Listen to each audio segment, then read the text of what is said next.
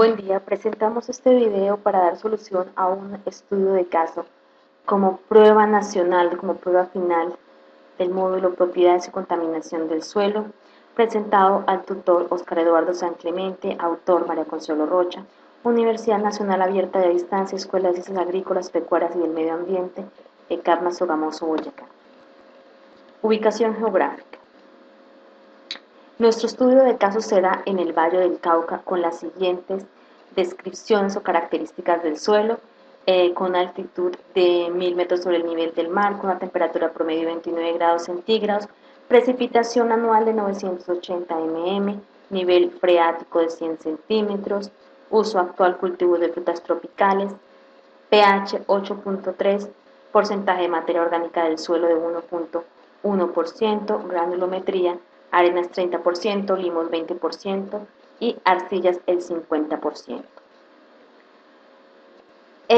Vamos a hablar de nuestro estudio de caso específicamente, como ya dijimos, en la ubicación espacial es en el Valle del Cauca, donde se utiliza este suelo para el cultivo de frutas tropicales como papaya, como melón, uva y guayaba. Con el pasar del tiempo se han dado cuenta y han venido observando la aparición en el suelo de costras superficiales de colores claros con visos brillantes, donde no crece vegetación espontánea. De igual manera, se ha registrado una disminución progresiva en la productividad de los frutales a pesar del incremento sustancial del uso de fertilizantes y la frecuencia de riego. Adicionalmente a esto, se ha presentado un conflicto social, ya que la comunidad de un corregimiento vecino que se abastece de las aguas subterráneas ha venido padeciendo de problemas de salud, sobre todo en la población infantil. Según los médicos, estas enfermedades están ligadas al consumo de las aguas dulces. Funcionarios de la Corporación Autónoma Regional del Valle del Cauca realizaron análisis de suelos de aguas subterráneas encontrando altas concentraciones de bicarbonato de sodio, sales de potasio y fosfatos en solución, en niveles superiores a los límites máximos permisibles por la normatividad. Vamos a hacer un pequeño diagnóstico del problema, teniendo en cuenta la problemática, teniendo en cuenta las características del suelo. Vamos a clasificar en orden y textura el tipo de suelo del Valle del Cauca. Por las características antes mencionadas, podemos decir que este suelo es de orden vertisol, es decir, son suelos formados de materiales sedimentarios compuestos por arcillas expandibles que se tornan muy plásticos y pegajosos cuando están húmedos y muy duros cuando se secan, lo que da lugar a cuarteaduras y fisuras de tamaños y profundidades variables. Son suelos donde su contenido de arcilla es superior al 30%, como lo es nuestro caso, si leemos y recordamos, es del 50%. Miramos una gráfica donde todos vemos el tipo de suelo, que es el suelo vertisol. Son suelos que se fisuran cuando están secos. Entonces nosotros generalmente decimos que este tipo de suelos contiene mucha arcilla. Según nuestro triángulo de texturas y nuestro estudio de caso, este suelo tiene un 50% de arcilla, un 30% de arena y un 20% de limo. Esto le permite una elevada retención de agua y nutrientes. No obstante, posee una baja porosidad y por lo tanto la consecuencia lógica es que son suelos que carecen de buenas posibilidades de aireación. Por este motivo se dice que son terrenos difíciles de trabajar, ya que posee una elevada viscosidad que ofrecen una gran resistencia a la penetración de raíces. Vamos a estudiar otra de las características del suelo, que es su pH. Dijimos que el pH es de 8.3. Si nos vamos a nuestra tabla, nos dice que este pH es moderadamente alcalino. Esto es debido a una acumulación de sales solubles que se clasifican como bien suelo salino, suelo sódico o suelos salinosódicos o suelo alcalino. Todos los suelos salinos y sódicos tienen altas concentraciones de sal. Con suelos salinos están dominados por las sales de calcio y magnesio y los suelos sódicos están dominados por eso. Vamos a hacer una formulación de hipótesis teniendo en cuenta estas características. ¿Cuáles pueden ser las causas de la salinidad de este suelo? Pueden ser causas naturales o pueden ser causas por contaminación antrópica. Las causas naturales. Se tiene en cuenta que el tipo de suelo es un suelo vertisor, entonces podemos enunciar como causas naturales directamente el material original del suelo, que son fundamentalmente rocas sedimentarias que contienen sales como minerales constituyentes. Por otra parte, en otros casos ocurre que si bien el material originario no contiene estas sales, se puede producir en el suelo por la alteración de los minerales originales de la roca madre. Por otra parte, también las sales disueltas en aguas de escorrentía se acumulan en las depresiones y al evaporarse la solución se forman acumulaciones salinas. Muchos de estos suelos deben su salinidad a esta causa. La contaminación antrópica. La salinidad del suelo también puede producirse como resultado de un manejo inadecuado por parte del hombre. La agricultura desde su comienzo ha provocado situaciones de salinización cuando las técnicas aplicadas no han sido correctas, como es nuestro caso, que utilizan agroquímicos para mejorar la productividad del suelo, entre los que encontramos fertilizantes de síntesis química, fungicidas, insecticidas y herbicidas. Vamos a hacer una propuesta de solución para estos problemas, para este estudio de caso específico. Y presentamos tres procesos de descontaminación. El primer proceso de descontaminación es la física, con el uso de arena y o cascarilla de arroz.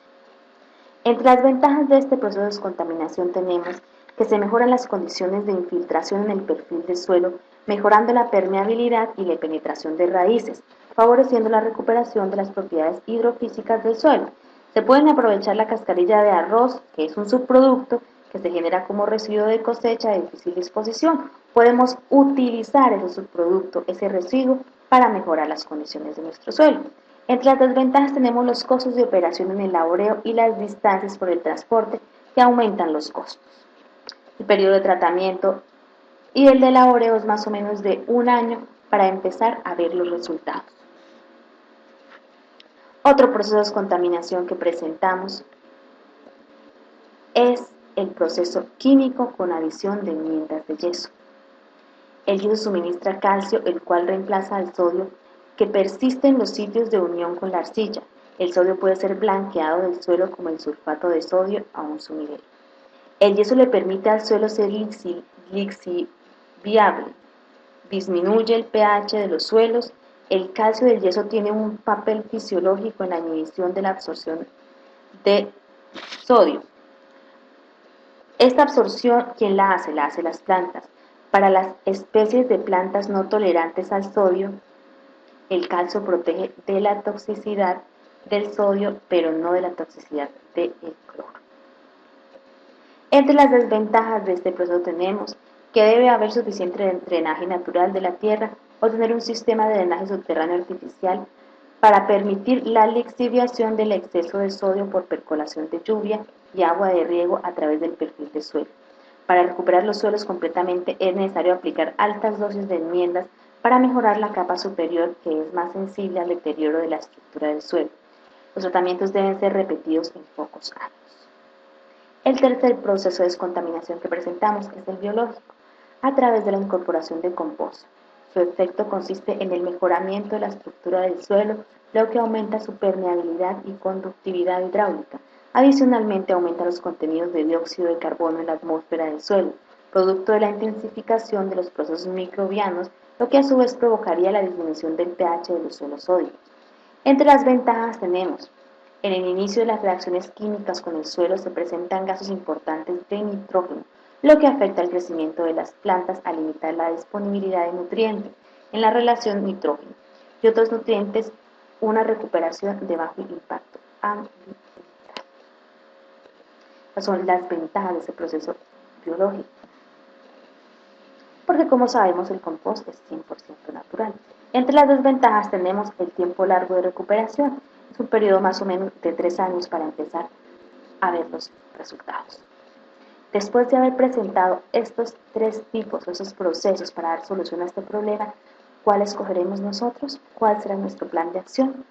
Teniendo en cuenta la problemática que se presenta, la alternativa que nos cumple con el objetivo es la adición de enmiendas de yeso.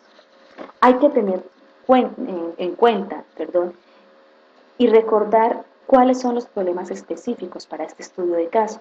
Recordamos que uno de los problemas es la baja productividad por altas concentraciones de sales y que la comunidad del corregimiento vecino que abastece de aguas subterráneas ha venido padeciendo de problemas de salud, sobre todo en la población infantil, según los médicos, ligadas al consumo de aguas duras, lo cual es muy grave y urge una solución a corto plazo, pues está en juego la salud de la comunidad.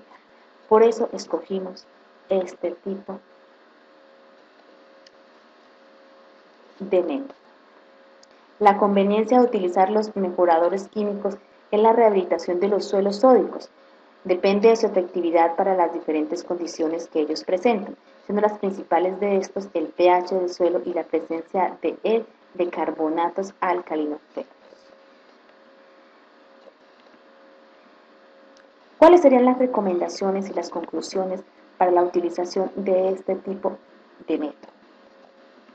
El yeso se aplica en función del análisis químico del suelo y su área expresado en la siguiente fórmula. Hay que tener en cuenta que hay que tener muy claro la cantidad de yeso que usted va a utilizar. Para esto es mejor que usted se asesore de un ingeniero agrónomo o de un técnico agrícola, quien le va a ayudar a través de esta pequeña fórmula a saber cuáles son las necesidades del suelo. Lógicamente también después de haber hecho un análisis físico-químico del suelo. El PSI presente en el suelo antes de la aplicación. ¿Qué es el PSI? El PSI es el porcentaje de sodio intercambiable. La técnica consiste en inmovilizar las bases con la reacción química. Para ello se realiza un riego a capacidad de campo, luego con el tractor y el aplicador de enmienda se aplica el yeso. Luego se incorpora con un cisel a una profundidad de 50 centímetros.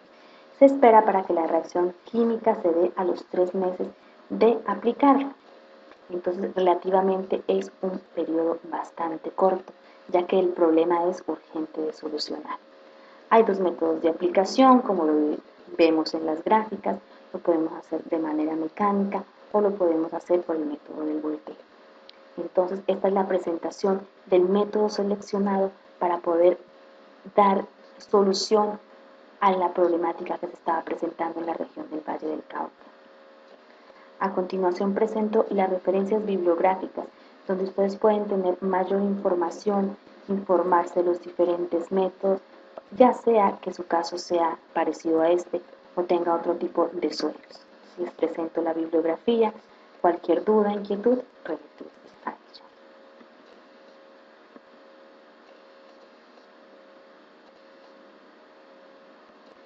Muchísimas gracias